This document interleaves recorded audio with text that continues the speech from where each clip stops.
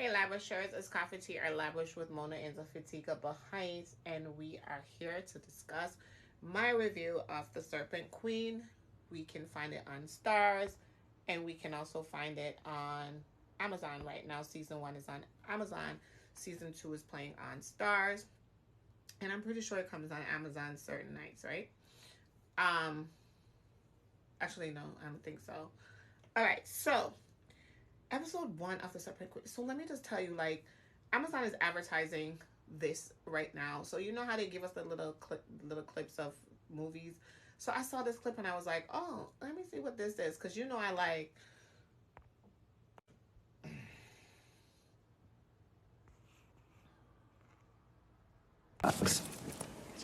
Selling something that you don't actually own is only called lying outside of a bank. Trust me, I come from a family of bankers. She has to learn how to secure her spot next to the king. She's very cunning. The episode 1 is full of like intrigue. There's betrayal. There's dark humor. She begins her transformation. She's here to make her mark, and she's not playing by anyone's rules. And she kind of like comes across as somebody who's gonna survive because she knows exactly what to do to get that survival, right? So, episode 2, her marriage to Henry is a disaster. He's more interested in his mystery than his new wife.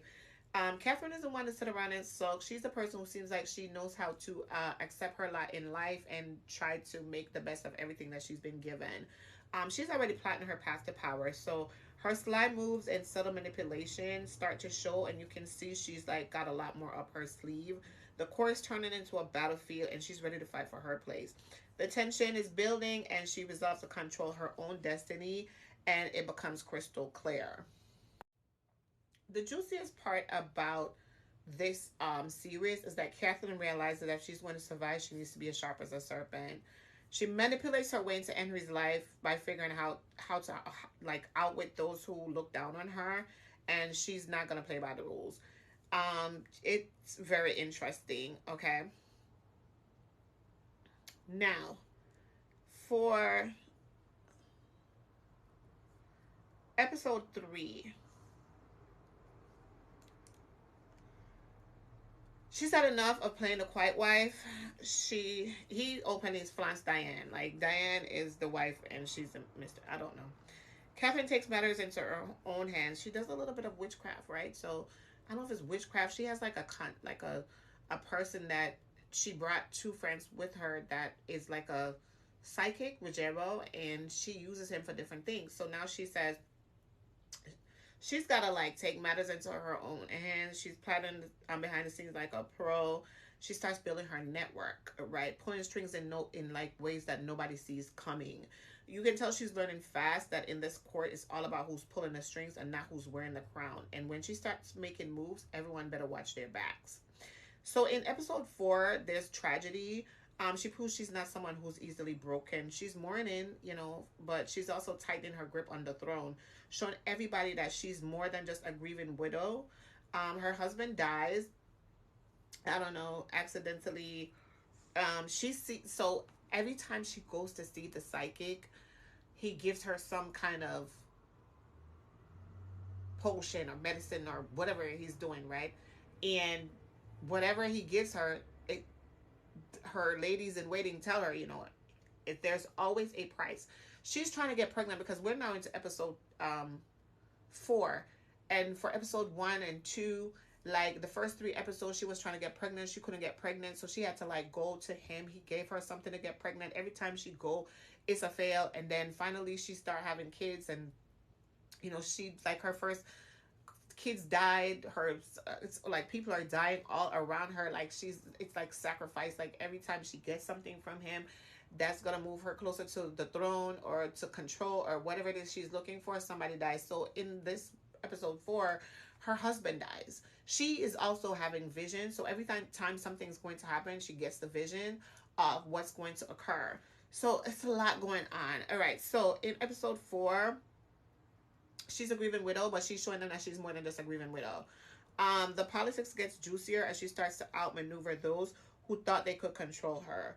One of the best parts is seeing her step into her own by fully embracing the power she's been so carefully building. The way she plays everyone around her is very brilliant. Okay, she has a brilliant mind. She's very sharp. She's planning. She's executing. She's doing the things. Okay, so episode 5 is where Catherine really steps into the role of the Serpent Queen. She makes a bold move that leaves everyone at court reeling. Without giving too much away, let's just say Catherine shows she's just not just gonna play the game. She's rewriting the rules. The court is filled with whispers, and Catherine's the one pulling all the strings. Watching her manipulate the court with just a mix of charm and cold calculation is so satisfying, and you can't help cheering for her because you know where she's coming from, right? So episode 6, she faces her biggest challenge yet, and instead of backing down, she comes out swinging. There's this scene where she confronts her rivals that's pure gold. She's calm, collected, and totally in control. The court is basically a chessboard at this point, and she's the queen moving everyone into checkmate. The tension is off the charts as alliances start shifting, and you're left on the edge of your seat, like wondering how she's going to pull this off. And just when you think she's cornered, she flips the script. So basically, spoiler alert, she tried to get pregnant. She not getting pregnant. Diane, the king's mistress, is gloating at all times in her face, like throwing herself in her face. So what she does is she gets her magical items to go ahead and help her to get where she wants to be. And then so all the people that are dying, leave her like hurt. She's hurt about it, but she's like willing to make the sacrifices. So there are 2 people, Protestant brothers of the blood, and then you have the Cardinal of France and his brother. What's their names?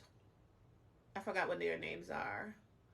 But she's got like 2 different sets of people within the court that she's playing them against each other. They're playing her against each other. Everybody's playing this game at court as to who's gonna win, because the Protestants, because it's like a religious war going on in France, right? We're on the verge of a religious war.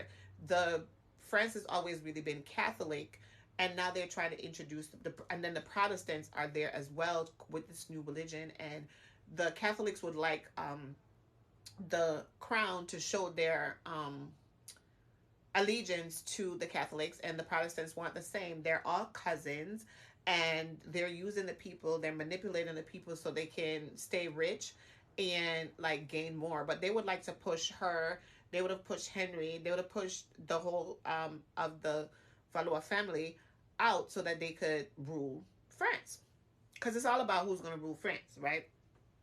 So episode 7, as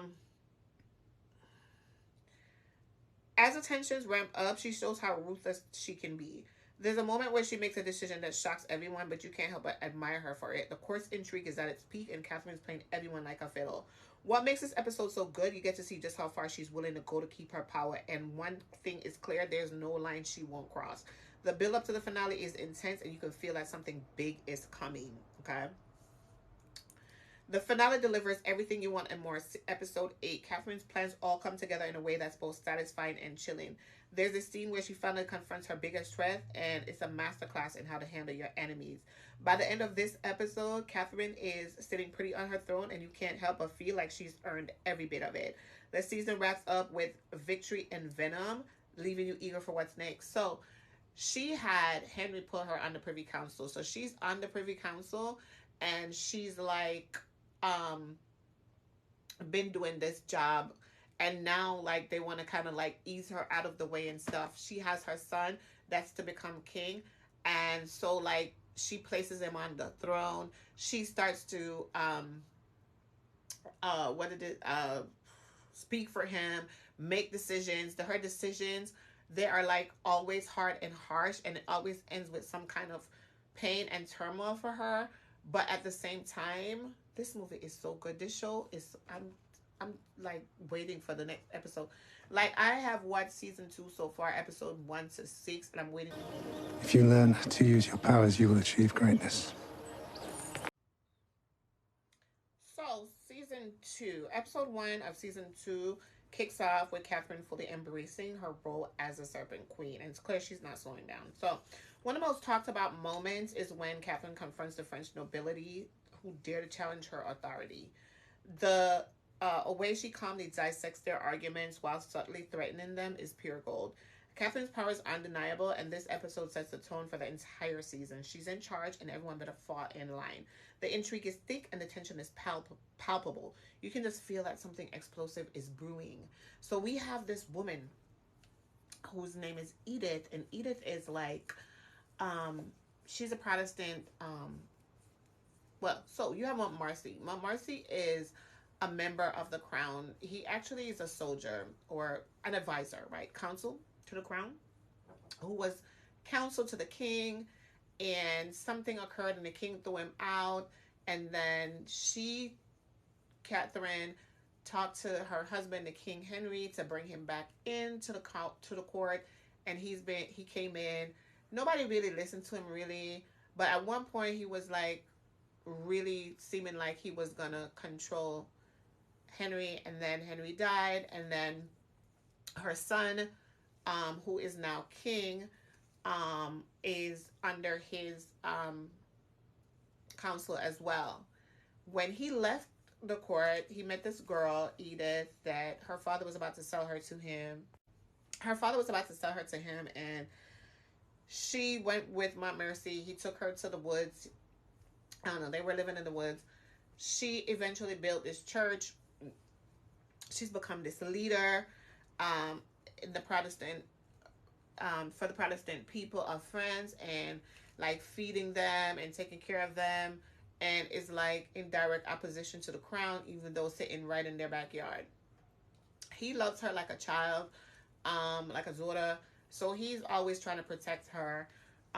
She's like a ticking time bomb for France, because the more she's building up this reputation, is the more the Catholics want to get rid of her. The Protestants want to venerate her. So there's a lot going on. Why they said they tried to get the king, her son, Catherine's son, to go and visit Edith. The same night he's going to go visit Edith is the same night the Catholics going over there and burn down the church. It was a big mess. So Edith took her congregation, and they ran out of the church. They didn't get burned. Like, some people did get burned, but they didn't die, right? And the building burned to flames. People were screaming and crying. I don't know what happened. So she's becoming this threat to the royalty and the nobility of these people that are living in the palace. There's different types of rebellious actions taking place. Everybody wants to exploit Edith and her followers for their best benefit, but Edith seemed like she kind of half crazy, like she's getting mad with purpose. So she's like I said, a ticking time bomb. She's an opponent that nobody wants to have, okay? So episode 2 of season 2, Catherine's dealing with the fallout of her ruthless decisions, but she's not showing any signs of regret. There's a scene where she coolly handles a rebellion using a mix of fear and diplomacy that has everyone talking. The court is buzzing, and Catherine's mastery of power dynamics is on full display. This episode highlights her ability to stay 10 steps ahead of her enemies, leaving you in awe of her cunning.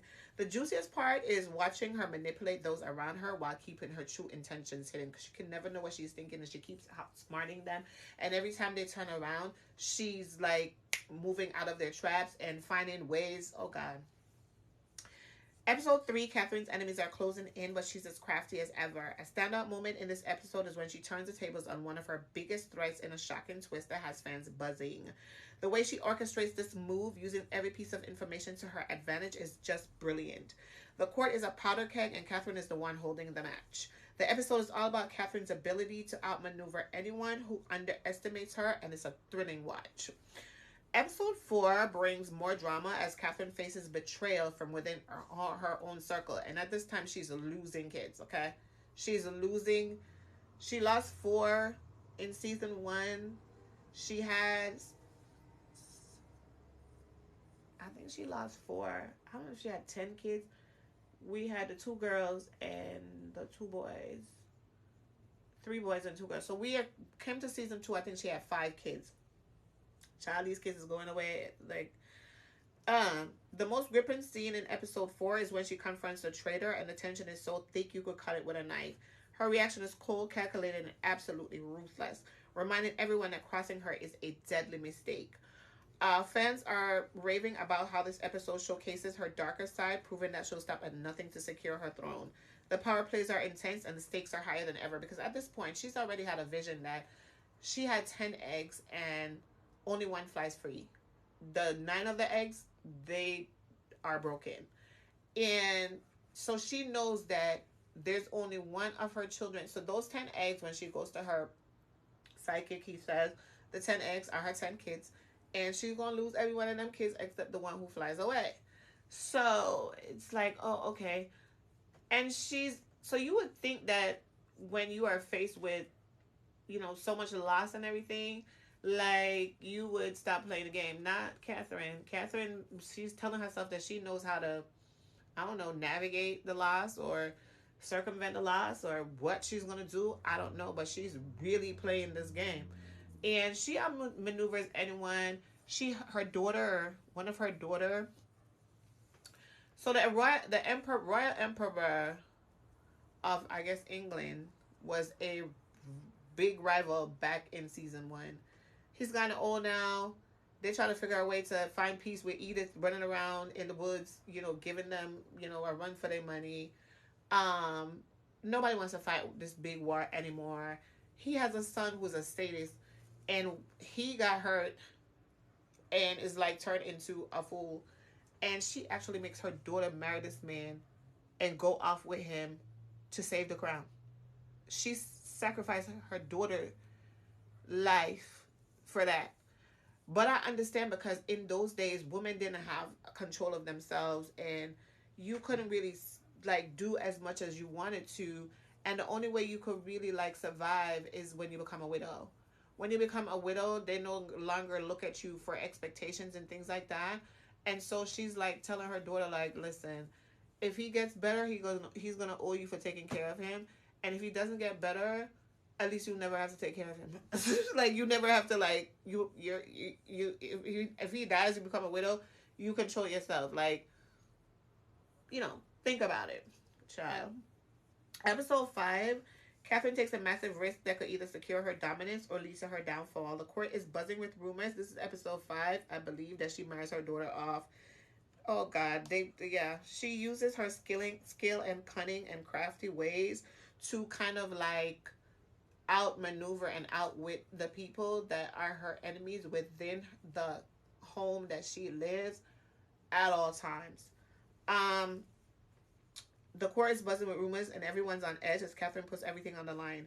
The scene where she executes her plan is a masterclass in suspense. She's playing a dangerous game and you can't help but hold your breath.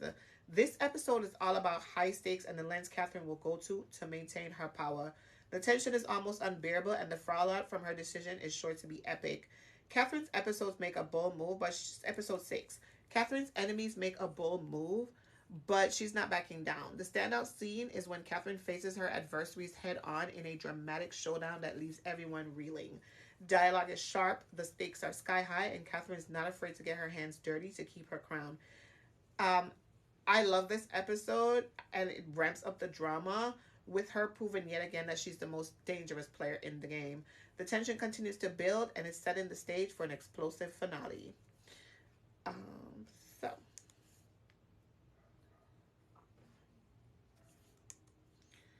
So for me, it's been a pretty good, it's been pretty good so far as watching this show. I am totally hooked. I'm enthralled. I am reeled in, and I'm not going nowhere till it's done, right? Watch with me. Drop down in the comment section. Tell me any questions you have. What do you think about the Serpent Queen? Have you watched it? Do you think that Catherine is going to save France for her sons? Well, this last episode 6, her son dies. And so, like... And my son is always practicing war.